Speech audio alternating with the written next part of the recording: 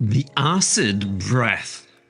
Friday, October the 10th, in the year of our Lord, 2025. Ladies and gentlemen, brothers and sisters, we made it. Another week consigned to the great scrap heap in the sky. Was it worth it? I hope, I truly hope that wonderful random stuff. You know you're alive when you can embrace, when you can feel when you get impact from random shit, and it befell upon you this week, allowing you to look back on the week with wonder and amazement. How incredible our lives are. But promise me you will not dwell neither on what could have been, or what might have been, or what might happen next week. That's for the future. And all that shit, it will bring you no joy. And we need joy. Because why? Because joy is our energy. It's something I regret. Regrets I have a few. But I think I allowed myself to live too far and too much in the tomorrows rather than the todays. Remember, all the magic happens. It happens here and now. And you simply, please, you have to be receptive and open. But if you're tuning in here, then the prognosis has got to be good. For now, I ask only that you center and you relax and you prepare to digest some cosmic karma is coming your way. Breathe with me. In through the mouth. Hold. Oh, fuck that shit. Let's go. Let's have some fun. Last night, I was playing with the audios on my GarageBand, and I had the noise gate on. Some people have complained about the tropical chorus. Where is the music actually? Let's get the music. Where is the music? Let's pause a second. I'm pausing you. I'm putting you on hold. Bum bum bum bum. The music is back. People have been complaining about. People are weird, or is it just the people who complain who are weird? What about the silent majority, those of you who don't write the tweets? I mean, no one does the fan mail apart from Robert. Thank you, Robert, from the United Kingdom. What do you think? I kind of like the jazzy background. Anyway, the noise gate I put on kind of, I don't know, by mistake or otherwise.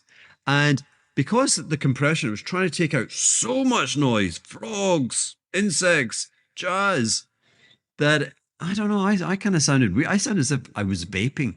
Again, I'm going to say that word shame. Got to be, being shameful is not permitted on this show. I did. I had a nasty habit of vaping, and from the video takes from the summer camp on the stage, I was like vaping, and oh my god, just looks awful. It's terrible. So I've stopped. I've been clean all year. But yeah, with the noise gate, it did sound weird. Anyway, shut up me. Right, where to start? The taco or the tariff? Certainly a tremor today. It began with one of those sentences that makes your screen kind of blink. A 100, what was it? A 100% tariff on all things Chinese. Fuck you, China, said Trump. Just words, controversial, heavy words. The usual taco hyperbole. But the S&P, which was perhaps rather exhausted, rather giddy, had been hanging out at the all-time highs. And it slid 1.5% on the tariff news with our Chinese not so friendly friends, and it kept sliding. The S&P closed down over 3%. Nasdaq and the Russell got smackaroonied. They were down more than 4%. Ouch. Four in a day. Welcome to risk, people. And so I think it's beholden upon me to let's have a conversation about rare earths. Of course, I was an equity investor in such things back in the day. Is it Linus, the Australian stock? Hold on, I'm going to pause. Can I pause? I'm going to stop. Hold on. Heavens, that took a moment or two. Wow, Linus in Australia, a rare earth mining stock, and oh my God, all of my charts. Oh, not all of my charts, but the ones that make me feel giddy, make me feel excited, make me believe in Santa Claus. You know, these long time frame compressions. Linus, is how you call it. Chart goes back to 1992. The share price went back to the highs of 1994. Don't know what was happening in 1994. Maybe it was something to do with like military investment in Iraq, I'm thinking. Marginally broke out in 2010. You know, that period after Kiwi commodities were hot to trot up until about late 2011, middle of 2012. And then the stock went from 22 bucks to Australian cents. And now it's 14, heading back to 22. And will it ever take out 22 if it hits? If it does, do I hear 44? Do I hear 66? Do I hear 88? Do I hear 100? Maybe. That's how these things tend to play out. I'm pausing. I'm thinking, where am I going to take this? Yeah. So, I mean, I'm sure you've heard that rare earths are really poorly named. Is it a linguistic joke? I don't even know what a linguistic joke is, but I do know that the joke has been running for 200 years because they're not rare. You know that they're not rare. They're not rare. They are everywhere. If you picked up a handful of the ground, the soil, the dirt beneath your feet right now, there's a good chance it contains rare earth. Cerium, lanthanium, neomium, lanthium, cerium. We now sound like an episode from Star Trek. Rare earths scattered through the crust. Rare earths are the EM dashes in that long passage that AI has just pushed out. Will you stop fucking putting EM dashes into my answers, please? Fucking open. Forget the French. Oh my God. Oh my God. Sorry for swearing, but does anyone know how you can actually automate and say, listen, every day I beseech it. No, do you know what an EM dash is? It's a double dash. You found it on, I think, old American typewriters. Newspapers use it, and ChatGPT and the others, they put it in there just to go, hey, we wrote this. Oh, I hate it. The chemists. Oh my God, I'm really losing. Okay, I'm breathing. Hold on, I'm going to breathe. In through the nose, hold. Out through the mouth. Hold. I'm doing the box. Got to calm down. The old chemists in the 1800s, they could not separate the compounds. They looked at a chunk of black rock from, let's say, a Swedish quarry. Remember, they're everywhere. They ground it, they mashed it, they found a powder that glowed strangely in the Bunsen burner, and they called it a rare earth oxide. Rare because they rarely found it in its pure single form. And the name stuck, even as the chemistry improved and the mystery faded. The truth, if there is a truth to anything, is that the rare earths are a family. Is it? So the truth, what is the truth? Is there a truth? It's a family of 17 metals that behave like multiple identical twins. Forget six triplets. I'm talking 17 tuplets. They look the same. They bond the same. They cling together. Everyone talks about What is 6 degrees of separation?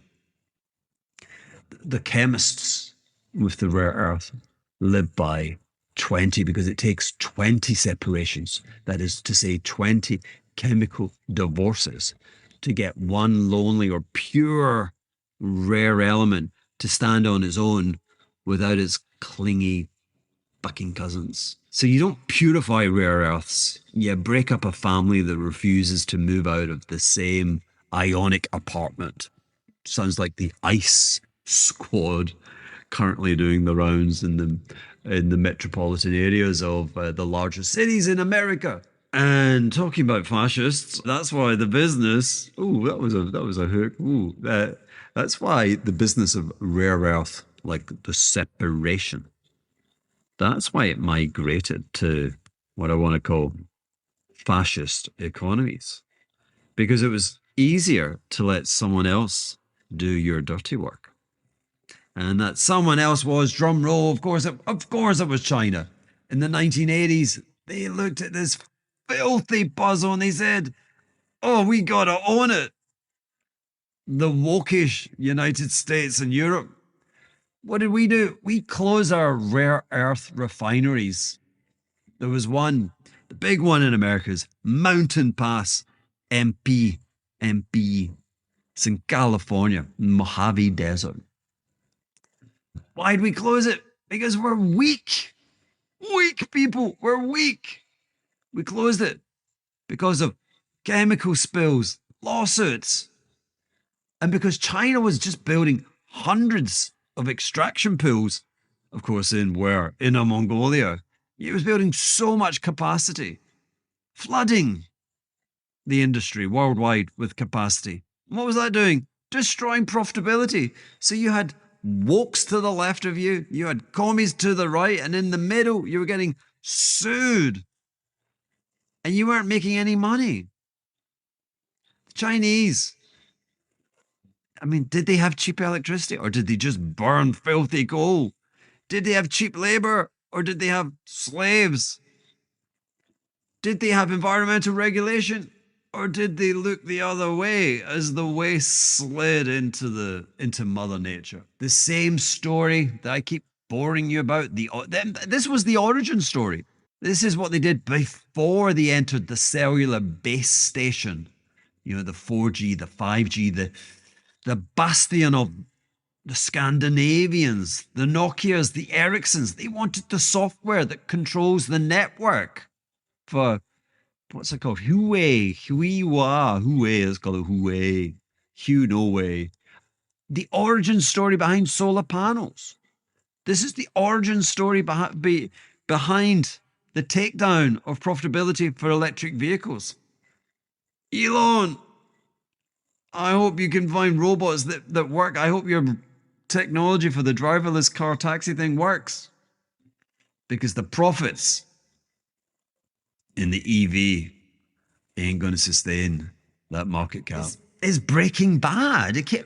I was thinking about this today, busy day, but had a coffee, ruminated. And I thought, Walter White, he starts as the suburban chemistry teacher, middle class, polite, allergic to blood, like the rest of us. I mean, he's us. He is the wokish West after the Cold War. Smart, wealthy, was Walter wealthy? Don't know. Technically capable, but squeamish. We want clean tech, clean air, clean balance sheets. We want to believe in Santa Claus, fairy tales.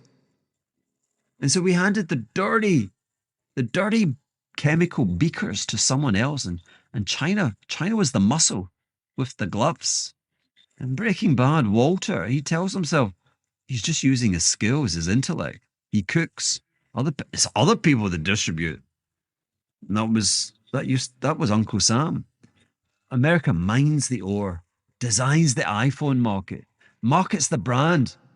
The goons, the goons in China, they handle the acids, the fumes, the tailings. It's got nothing to do with us. We get quarterly earnings the quarterly earnings of Tesla, Apple, I don't know. They smell of lavender. not of the oppression, not of the dirty coal, not of the waste slags, rivers that smell of solvent abuse. Jesse, crazy young Jesse, he knows the truth. The product only smells of lavender because someone else's life is being ruined. Whose life? I mean, China's ruining the life of the people involved. But every rare earth magnet, every lithium battery, every chip etched in a semi plant comes from a place where the air is thick with fluorine. Nasty. China, the car wash front. And we say, well, we can always bring it back. But the habit, of course, becomes the business. And what did we find? Our partner, the docile Chinese, they now own the meth lab, the recipe, and the market. And so, like today in the Tariff tremor, feels like we're running or rerunning the final season of Breaking Bad. Is the market Breaking Bad? I don't think so, but anyway, we've still got hand wringing. We got Walter talking about morals, and yet now the Chinese refine nearly all of the world's rare earths. How did we let that happen? World domination, not because they had all the ore, not because their chemistry was superior, their ability to separate. Crikey, we've known how to do this for about 100 years. No, my friends. And now I sound like I'm a moral crusader, but because the Chinese had the loosest moral calculation. And it's a contamination that we share with them by looking the other way. So that's why rare earths are strategic. That was today, and it will be tomorrow until it's resolved. It's such a fascinating. I'm just going on and on. Forgive me. Right? It's really fascinating because MP. Remember, I was saying I'm not talking about members of parliament. I'm talking about Mountain Pass in the Mojave Desert, where trucks crawl like ants on a red. Remember what it in Joshua Tree, Red Hill mining town. That is, when people say they've got the song they sing in the shower. That's my song. I love that song. And bizarrely, I think I came to understand that it's actually The Edge who penned it, who wrote the lyrics, and it's about his divorce. Go figure. But at Mountain Pass, they mine the rare earth ore. They grind it. And here's just the friggin' weirdest thing. They still send most of it to China. For what? For refining. And of course, Linus in Australia, they send it to refining. Hard to believe. Thinking about it made me think of that other mountain, not in California, but in Boyers, Pennsylvania. Got a lot of good friends in Pennsylvania. And, Europeans have got no clue with European geography. I include myself in that. We sneer at Americans. What is it? Only 1% of them have a passport. Is that true? Sounds like something some snotty European made up. But, I mean, Europeans have no idea on American geography. The fact that you can drive from a farm in Pennsylvania to Soho in New York in, 2 hours? I've done that. I was amazed. Anyway, there's the mountain that swallows paper, an old limestone mine turned into a vault where the air never changes, temperature constant, lights never go off. And down there, the government keeps millions of files, social security records. It's the country's underground memory. It's crazy. It's the thing that Elon was talking about at Doge. So we have two mountains. One pulls atoms from the earth and the other guards paperwork from decades ago. Wow, this is crazy. It's almost poetic. The physical economy buried under desert rock and buried under wokish. Oh, we can't have that in our, what's it called, NIMBY? Not in my backyard. Well, that not in my backyard has just left us very vulnerable. Paradox and irony. It's where I come back to. Rare earths are everywhere, but controlled by a tiny few. But here is a thought. rather than the tariff route. And don't get me wrong, I would say why not stick it to the Chinaman? The world of mercantilism is on a precipice near its end. Bargaining today very much belongs to the debtor nation, the Samson of America, growing back his hair. Delilah's in trouble. Look, the West should be playing chicken. I'm sure there's a calculation here. We already mine the damn stuff. We've got to stop sending it to China for refining. They don't have, and they have some of the ore, but they need our ore. They just have refining. Refining is redundant if you don't have ore. We can cancel it. But imagine our vulnerability to the now and how we need the rare earths. That vulnerability underpins the urgency of what the Trump administration is trying to do, the reshoring. All the headlines are fabrication, Intel, advanced micro devices, Taiwan semiconductor. We need dirty, nasty, rare earth refining in the West. Okay, I'm done. I'm done. I'm done. I'm done. I'm done. I'm done. I'm done. Aren't we meant to be talking about data, economic data? Because today, was it a mirage? Did I invent this? Am I making this up? Isn't the government shut down on its 10th day? And yet I believe the Bureau of Labor Statistics. And what are labor statistics? What are they doing? Were they just filling in? But they released the September Consumer Price Index. And again, hold on a second. Didn't we get that yesterday? Oh no, that was fake. That was made up by someone else. We'll come back to that. What was the news? This is hard for me to say. I'm going to have to break my rule. But we had a headline inflation month over month. And it was up by 1 decimal point, 0.1%. You know, I do not like discussing decimal points. Headline inflation today was flat, and that was softer than expected. I wasn't.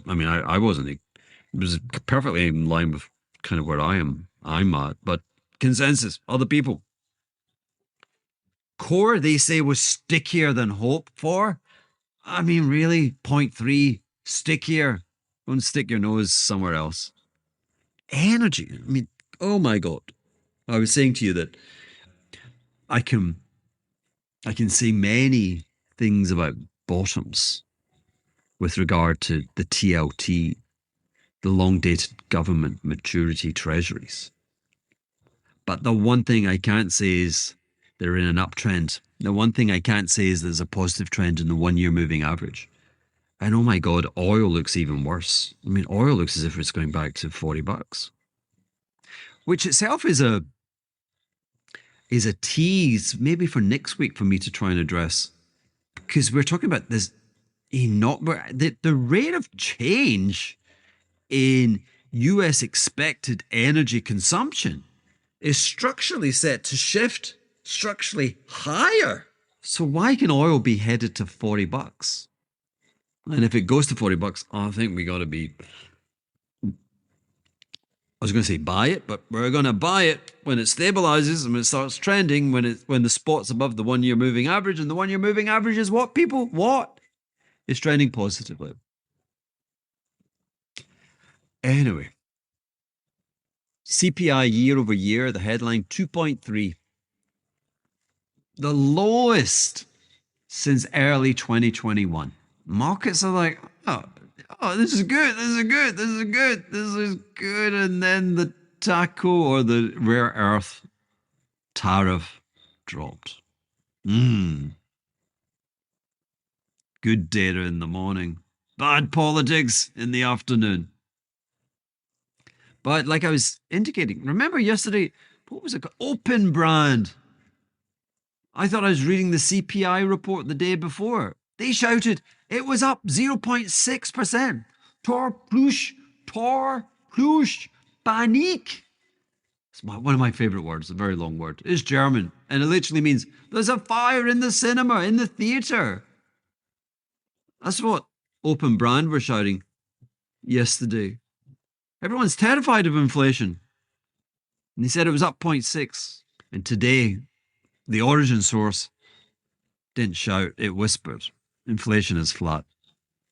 What can I say, people? Never fuck with the mixtape. Imagine you're the macro guy who traded the fake CPI yesterday. Imagine. Find a job elsewhere, my friend. And I want to talk about, it's just, I mean, yes, the Trump thing can be perplexing, exasperating. But then you've got Scott, Treasury Secretary, and he's got a bit of a side hustle. You can take the man out of hedge funds, but you can't take the hedge funds out of the man. This $20 billion currency swap with Argentina. Scott is buying pesos. I love it. I want to join him. Let's face it, Milei, Argentinian president, guy's a rock god. He's a rare earth. Probably has 17 kids. But I mean, it's a bit like Elon. The personal risk that these guys run, they're taking on so many powerful aspects of society. Power being drawn over the last 20, 30 years. So powerful, risking your life. And you remember when he turned up at Davos and he stuck his finger out, he gave it to the suits. Love this guy. He's the fountainhead. He's John Gall. He's an acid capitalist. And Besant et al., the president, they're protecting him. And so we bloody well should be. I mean, Latin America, think of the despicables previously sheltered by previous American regimes out of the fear of embarrassment for what they might reveal, crazy CIA plots of insurrection. Think of the billions. I was going to say the billions wasted. I was going to say Tequila crisis. They had Greenspan, Rubin, and my friend Summers. They put them in charge and they put them on the magazine. Tequila crisis, the bailout of Mexico. When? January 1995. Where was I? Again, I was back in Edinburgh. I was on the American desk. We had 3%. I've told you this. I'm going to keep telling you this. We had 3% of a UK pension scheme invested in North America. How much did we have invested in Telmex, the Mexican telecom company? We had 7%. I mean, the world is just, from a distance looking back, and maybe it'll be the same in 20, 30, 40 years. You look back at this point, life just seems nuts. Clinton was president and they used the same fund. And in today's money terms, they used about $52 billion. And it was all fully repaid with interest by 2 years later. So well done. Well done, Greenspan and Summers and Rubin. But it really was looking after the US banking sector, liabilities, exposures, overexposure, commitments, the unthinkable. Sovereigns are not meant to go bust. And of course, it was at the same time as NAFTA, which was the poster child of the Clinton administration, bringing Canada and Mexico irretrievably together. Irretrievably. Someone in the Oval Office might have something to say about that. So from tequila to tango. Tango and Milei is just a one-way bet on the president and his reforms. Hallelujah. If tequila and the Mexican bailout was a giant seatbelt that paid and kept the car on the road, Tango is a smaller steering wheel, maybe in a moke. Do you know moke? These are wonderful little beach buggy things.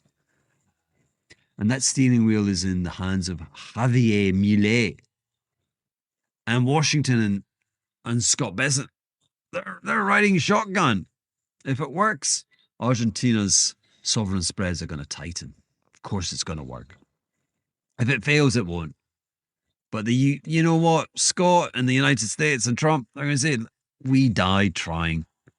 We tried the noble thing to look after a noble guy. And I'm thinking, what am I thinking? Let's, oh, I can hear frogs. But regardless, let's be poetic. The dollar, the hegemon, doesn't only price the world, sometimes it sponsors it. Sometimes it risks failure, seeking meaning. I mean, put that on my tombstone. H.H. Well, he risked calamity for meaning. That's a life well spent. Be still, my precious darlings, be still, except we can't be because what a day. We were even visited by phantoms, the ghosts of 2007. Jefferies, financial institution, and First Brands. First Brands, the auto parts maker, which went into bankruptcy at the end of last month. Visible in the ledger, a big connection, raised a lot of money, and for the auto parts group, had funds that invested alongside financing that didn't make it. Part of the sniff test with Oracle and deal in the context of 22 billion market cap. I think they're talking 3% of equity. Incestuous. Jefferies was incestuous with its First Brands fiance. This is at the beginning of 2007. Those losses only got bigger and bigger. So you're not going to get a bank run, but it could be worse than that, because a group like Jefferies survives on wholesale funding, repos, counterparties. If those counterparties don't like it, if they flinch, the firm is over. If they don't roll the wholesale funding, it's over for Jefferies. That was the lesson of Bear Stearns. How much are you worth? Like, is the stock cheap? Cheap? Was Credit Suisse cheap? Well, ask the question, where's Credit Suisse now? Did it survive? No. So I'm not saying Jefferies will not survive. I'm just saying the comparison with 2007 is not cool. And to make matters worse, UBS, or is that Credit Suisse? Because they took it on. But no surprise, the Swiss have got 1.3 billion exposure. The Japanese, a group called Katsumi, I think they've got just under $2 billion of exposure. And this is kind of related to what we were saying with the deals with NVIDIA and Oracle and OpenAI and Advanced Micro Devices, that it's so incestuous that the visibility and the true organic nature of what's happening is hard to determine from the outside looking in. This private credit, lending where traditional banks just can't. A grey zone. This is financial innovation, which ultimately innovation is a good thing, but initially it can be a bit rocky. People get carried away, exuberant. It's Gresham's law. Bad money chases out good. The trouble is that when one borrower cheats, and it would seem that First Brands was a cheat's charter. The problem is when the cheats get away with it, everyone else in the credit deck or the credit pool, they're like, well, maybe we should do it as well. That's the echo of 2007. That's what we heard faintly today. But at the close, it was like the phantom, you could feel the phantom under the floorboard going, 2007, Bear Stearns. Because stock was really weak into the close with stories of big institutions pooling lines and pulling money out. We'll have to watch this. All major market peaks have had a disaster of this nature. Enron, Bear Stearns. Okay, I've named two, but there are many. Don't think we're at the high for markets yet. Maybe Jamie was talking. Maybe Jamie knew about it. Well, of course he knows about it. Jamie Dimon. He was saying what we were saying. We're going to get another major correction. Maybe we get a big correction back to the 1 year before the year end. This is possible. I did ask on what we want to see is we want to watch the 5-year CDS of the senior obligations of Jeffrey. I asked if anyone would post it on Twitter. Let me check up my Twitter. feed. Okay, so I've looked at it and nothing yet. Possibly a kind of pennant, a flag bottom, a long. We've gone sideways for a long time. My good friend Ben Bray posted not a specific credit, but a credit index, and wow, that definitely looked as if it had energy. That looked as if it could walk on the wild side. That the spreads could continue to start widening. I think almost certainly that's going to happen. My Substack and Patreon, when you receive this, I'll have those charts. I'll share those charts with you. So, the closing bell on a Friday. What happens after Friday? The weekend. Tariffs exasperate the many. Rare earth is a mess that just isn't rare. The Treasury trades foreign currency like a hedge fund. And Jefferies tests credit confidence. And you know what? You know what no one talked about today? AI. Markets are the amplifiers. And us, honey, we're the feedback loop. This has been the Acid Breath for Friday, October the 10th. For deeper analysis, my friends, for context across cycles, for essays, I owe you a few essays to my subscribers. Check out my Substack, people. Check out my Patreon account.